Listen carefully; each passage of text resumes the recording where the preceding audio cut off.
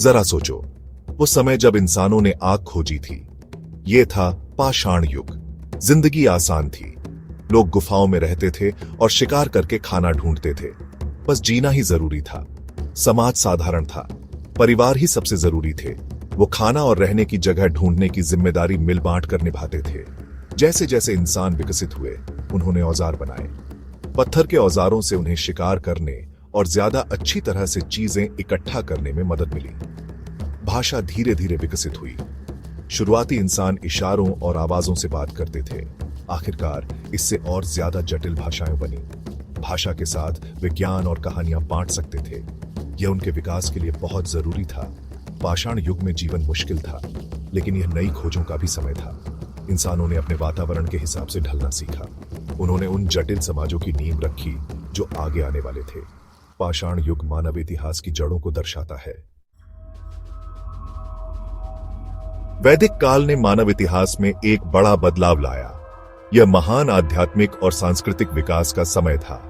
वेद, जो पवित्र ग्रंथों का संग्रह है, इसी युग में सामने आए। ये ग्रंथ सनातन धर्म की नींव बने, जिसे अक्सर हिंदू धर्म का पूर्वज माना जाता है। वेदों ने जीवन जीने का एक तरीका बताया। उन्होंने सभी प्राणियों के आपसी जुड़ाव पर जोर दिया। अनुष्ठान और यज्ञ वैदिक जीवन के महत्वपूर्ण पहलू थे। ये अनुष्ठान इंसानों को ईश्वर से जोड़ते थे। वे भौतिक और आध्यात्मिक दुनिया के बीच सामंजस्य बनाए रखते थे। समाज वर्णों की अवधारणा के इर्द गिर्द बना था। ये व्यवसाय के आधार पर सामाजिक विभाजन थे। ब्राह्मण पुजारी और शिक्षक थे। क्षत्रिय योद्धा और शासक थे। वैश्य व्यापारी और किसान थे। शूद्र मजदूर थे। इस प्रणाली ने समाज को व्यवस्था और स्थिरता प्रदान की। वैदिक काल ने कई दार्शनिक और धार्मिक विचारों की नींव रखी। ये विचार आज भी भारतीय सोच और संस्कृति को प्रभावित करते हैं। धर्म, कर्म और पुनर्जन्म पर जोर वेदों से ही शुरू हुआ। ये अवधारणाएं सनातन धर्म और उसके विकास के केंद्र में हैं। वैदिक काल के बाद नए विचारों का उभार हुआ। लोगों ने मौजूदा सामाजिक मानदंडों और धार्मिक प्रथाओं पर सवाल उठाने शुरू कर दिए। इससे नए दर्शनों का उदय हुआ। दो प्रमुख आंदोलन जो उभरे वे थे बौद्ध धर्म और जैन धर्म। गौतम बुद्ध दुखों से निराश होकर ज्ञान की तलाश में निकल पड़े। उन्होंने 4 आर्य सत्य और अष्टांगिक मार्ग का उपदेश दिया। बौद्ध धर्म ने करुणा, अहिंसा और निर्वाण की प्राप्ति पर जोर दिया। निर्वाण जन्म और मृत्यु के चक्र से मुक्ति की अवस्था है। जैन धर्म के संस्थापक महावीर ने भी अहिंसा पर जोर दिया। जैन सभी जीवित प्राणियों के प्रति अहिंसा के सिद्धांत में विश्वास करते हैं। वे पूर्ण शाकाहार का पालन करते हैं और वैराग्य का जीवन जीने का प्रयास करते हैं। बौद्ध धर्म और जैन धर्म दोनों ने वेदों के अधिकार को चुनौती दी। उन्होंने जाति व्यवस्था को अस्वीकार किया और व्यक्तिगत आध्यात्मिक विकास पर जोर दिया। यह काल बौद्धिक हलचल का समय था। उपनिषद, दार्शनिक ग्रंथों ने वास्तविकता और स्वयं के स्वरूप का पता लगाया। उन्होंने ब्रह्म, परम वास्तविकता और आत्मा, व्यक्तिगत आत्मा की अवधारणा का परिचय दिया। इन विचारों का सनातन धर्म पर गहरा प्रभाव पड़ा। इन्होंने वेदांत के विकास का नेतृत्व किया, जो विचारों का एक ऐसा स्कूल था जिसने ब्रह्म और आत्मा की एकता पर जोर दिया। भारत हमेशा से संस्कृतियों का संगम रहा है। पूरे इतिहास में इसने प्रवास की लहरें और विभिन्न सभ्यताओं के साथ बातचीत देखी है। ये बातचीत नए विचारों, धर्मों और प्रथाओं को लेकर आई। इन प्रभावों ने सनातन धर्म के विकास को आकार दिया। यूनानियों, फारसियों और मध्य एशियाई लोगों के आगमन ने नई कलात्मक शैलियों और दार्शनिक अवधारणाओं का परिचय कराया। ब्राह्मणवाद के उदय ने पुरोहित वर्ग को प्रमुखता प्राप्त करते देखा। ब्राह्मणवाद ने वेदों के अधिकार और अनुष्ठानों के महत्व पर जोर दिया। इस काल के दौरान जाति व्यवस्था और भी कठोर हो गई। सामाजिक पदानुक्रम और भी स्पष्ट हो गया। इससे सामाजिक स्तरीकरण हुआ। हालांकि इसने समाज में व्यवस्था और संरचना की भावना भी लाई। विदेशी प्रभावों को हमेशा आसानी से आत्मसात नहीं किया गया। उनके कारण अक्सर सांस्कृतिक संश्लेषण होता था। यह गांधार कला शैली में ग्रीक और भारतीय कला रूपों के मेल में स्पष्ट है। विभिन्न संस्कृतियों की परस्पर क्रिया ने भारतीय सभ्यता को समृद्ध किया। इससे अनोखी परंपराओं और प्रथाओं का विकास हुआ। देशी और विदेशी तत्वों का यह मेल भारतीय इतिहास की एक पहचान है। भाग 5, मध्यकालीन टेपेस्ट्री, सूफीवाद, शिव और विष्णु। भारत में मध्यकाल में शक्तिशाली साम्राज्यों का उदय हुआ। इन साम्राज्यों ने व्यापार और सांस्कृतिक आदान प्रदान को बढ़ावा दिया। इसी दौरान इस्लाम भारत में आया। इस आगमन का भारतीय समाज पर गहरा प्रभाव पड़ा। इस्लाम की एक रहस्यमयी शाखा सूफीवाद ने लोकप्रियता हासिल की। सूफियों ने प्रेम, सहिष्णुता और ईश्वर के प्रत्यक्ष अनुभव पर जोर दिया। उन्होंने भारतीय मनीषियों, विशेषकर भक्ति संतों के साथ समान आधार साझा किया। इससे एक अनोखा सांस्कृतिक मिश्रण हुआ। सनातन धर्म के भीतर शिव और विष्णु की पूजा प्रमुखता से हुई। शिव सिद्धांतनाथ संप्रदाय और वैष्णव संप्रदाय प्रभावशाली परंपराओं के रूप में उभरे। उन्होंने मुक्ति के मार्ग के रूप में भक्ति पर जोर दिया। भक्ति आंदोलन, जिसने ईश्वर के प्रति व्यक्तिगत भक्ति पर जोर दिया, इस काल के दौरान फला फूला। इसने धार्मिक सीमाओं को पार कर लिया, सभी जातियों और धर्मों के लोगों को अपनी ओर आकर्षित किया। मध्यकाल धार्मिक उथल पुथल का समय था। इसने विभिन्न धर्मों और परंपराओं की परस्पर क्रिया और संश्लेषण को देखा। विचारों के इस मेल ने भारतीय संस्कृति को समृद्ध किया। इसने एक अधिक समावेशी और विविध समाज के विकास में योगदान दिया। भाग 6, भक्ति आंदोलन, मतभेदों को पाटना, भक्ति को अपनाना। भक्ति आंदोलन मध्यकालीन भारत में एक परिवर्तनकारी शक्ति थी। इसने ईश्वर के साथ व्यक्तिगत संबंध पर जोर दिया। इसने विस्तृत अनुष्ठानों को अस्वीकार कर दिया और प्रेम और भक्ति पर जोर दिया। इस आंदोलन का सनातन धर्म पर गहरा प्रभाव पड़ा। भक्ति संत विविध पृष्ठभूमि से आए थे। उन्होंने जाति और सामाजिक बाधाओं को पार कर लिया। कबीर, रविदास और मीराबाई जैसे संतों ने समानता और ईश्वर की सार्वभौमिकता का प्रचार किया। उनकी शिक्षाएं जन जन तक पहुंची। भक्ति आंदोलन ने हिंदू धर्म और इस्लाम के बीच की खाई को पाटा।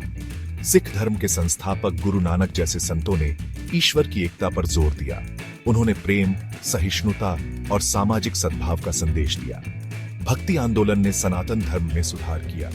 इसने बाहरी अनुष्ठानों से ध्यान हटाकर आंतरिक भक्ति पर केंद्रित किया। इसने धर्म का लोकतंत्रीकरण किया। इसने इसे सभी वर्गों के लोगों के लिए सुलभ बनाया। भक्ति आंदोलन की विरासत आज भी महसूस की जाती है। यह सामाजिक न्याय और समानता के लिए आंदोलनों को प्रेरित करता रहता है। भाग 7, आधुनिकता और सुधार, शिक्षा, खोज और सामाजिक परिवर्तन। भारत में अंग्रेजों के आगमन ने महत्वपूर्ण बदलाव लाए। औपनिवेशिक शासन ने शिक्षा और प्रशासन की नई प्रणालियां शुरू की। पश्चिमी विचारों के संपर्क में आने का भारतीय समाज पर गहरा प्रभाव पड़ा। इससे सनातन धर्म के भीतर आत्मनिरीक्षण और सुधार का दौर शुरू हुआ। इस प्रक्रिया में शिक्षा ने महत्वपूर्ण भूमिका निभाई।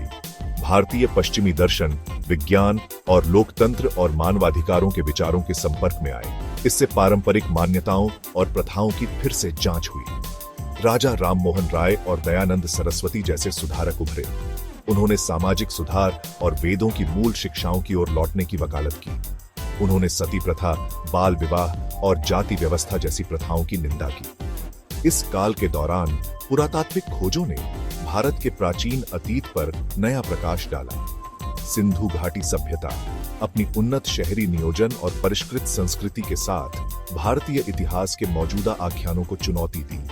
इन खोजों ने राष्ट्रीय गौरव की भावना और भारत के गौरवशाली अतीत को पुनः प्राप्त करने की इच्छा को हवा दी। 19वीं और 20वीं शताब्दी के सुधार आंदोलनों का उद्देश्य सनातन धर्म को पुनर्जीवित करना था। उन्होंने इसे आधुनिक दुनिया के लिए प्रासंगिक बनाने की कोशिश की। इन आंदोलनों ने शिक्षा, सामाजिक न्याय और धर्म ग्रंथों की तर्कसंगत व्याख्या पर जोर दिया। भाग 8, हिंदुत्व का उदय, राष्ट्रवाद और पहचान की राजनीति। भारत में स्वतंत्रता संग्राम ने विभिन्न विचारधाराओं का उदय देखा। ऐसी ही एक विचारधारा थी हिंदुत्व। हिंदुत्व का अर्थ है हिंदुत्व, जिसने भारतीय राष्ट्रीय पहचान को हिंदू संस्कृति और मूल्यों के संदर्भ में परिभाषित करने की कोशिश की। हिंदू महासभा और राष्ट्रीय स्वयंसेवक संघ (आरएसएस) जैसे संगठन उभरे। उन्होंने हिंदू राष्ट्रवाद को बढ़ावा दिया और हिंदू राष्ट्र की वकालत की। उनका मानना था कि भारत मूल रूप से एक हिंदू राष्ट्र है। 1947 में धार्मिक आधार पर भारत का विभाजन ने हिंदू राष्ट्रवाद को और हवा दी। विभाजन के साथ हुई हिंसा और विस्थापन ने राष्ट्र के सामूहिक मानस को गहराई से प्रभावित किया।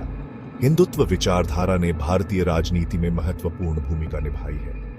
इसे अयोध्या में राम मंदिर बनाने और अनुच्छेद 370 को रद्द करने के आंदोलनों से जोड़ा गया है, जिसने जम्मू कश्मीर को विशेष दर्जा दिया था। हिंदुत्व का उदय बहस और विवाद का विषय रहा है। इसके समर्थकों का तर्क है कि यह भारत के सांस्कृतिक और आध्यात्मिक सार का प्रतिनिधित्व करता है। आलोचकों का तर्क है कि यह बहिष्करणकारी है और भारत के धर्मनिरपेक्ष ताने बाने को कमजोर करता है। हिंदुत्व को लेकर बहस भारत में पहचान की राजनीति की जटिलताओं को दर्शाती है। यह राष्ट्रीय पहचान, धर्मनिरपेक्षता और सार्वजनिक जीवन में धर्म की भूमिका के बारे में महत्वपूर्ण प्रश्न उठाती है। भाग 9, विविधता में एकता, भविष्य के लिए एक आशा। भारत हमेशा से अविश्वसनीय विविधता का देश रहा है। यह संस्कृतियों, भाषाओं, धर्मों और परंपराओं का मौजेक है। यही विविधता हमारी ताकत है। यही भारत को अनोखा बनाता है। प्राचीन वैदिक भजनों से लेकर बुद्ध की शिक्षाओं तक, सूफी मनीषियों से लेकर भक्ति संतों तक, भारत में विविधता को अपनाने की लंबी परंपरा रही है। समावेशिता की यही भावना हमें एक राष्ट्र के रूप में परिभाषित करती है। 21वीं सदी की चुनौतियां मांग करती हैं कि हम अपने मतभेदों का जश्न मनाएं। हमें अपनी साझा मानवता को पहचानना चाहिए। जलवायु परिवर्तन, वैश्विक महामारियां और सामाजिक असमानताएं वैश्विक सहयोग की मांग करती हैं। भारत विविधता में एकता के अपने लंबे इतिहास के साथ आगे का रास्ता दिखा सकता है। हम दुनिया को दिखा सकते हैं कि एक न्यायपूर्ण और न्याय संगत समाज का निर्माण संभव है। एक ऐसा समाज जहां हर किसी को अपनी पृष्ठभूमि या विश्वासों की परवाह किए बिना आगे बढ़ने का अवसर मिले। भविष्य उन्हीं का है जो विविधता में एकता को अपनाते हैं। भारत संस्कृतियों और परंपराओं की अपनी समृद्ध टेपेस्ट्री के साथ एक अधिक समावेशी और सामंजस्यपूर्ण दुनिया को आकार देने में अग्रणी भूमिका निभाने के लिए तैयार है। यही भविष्य के लिए हमारी आशा है।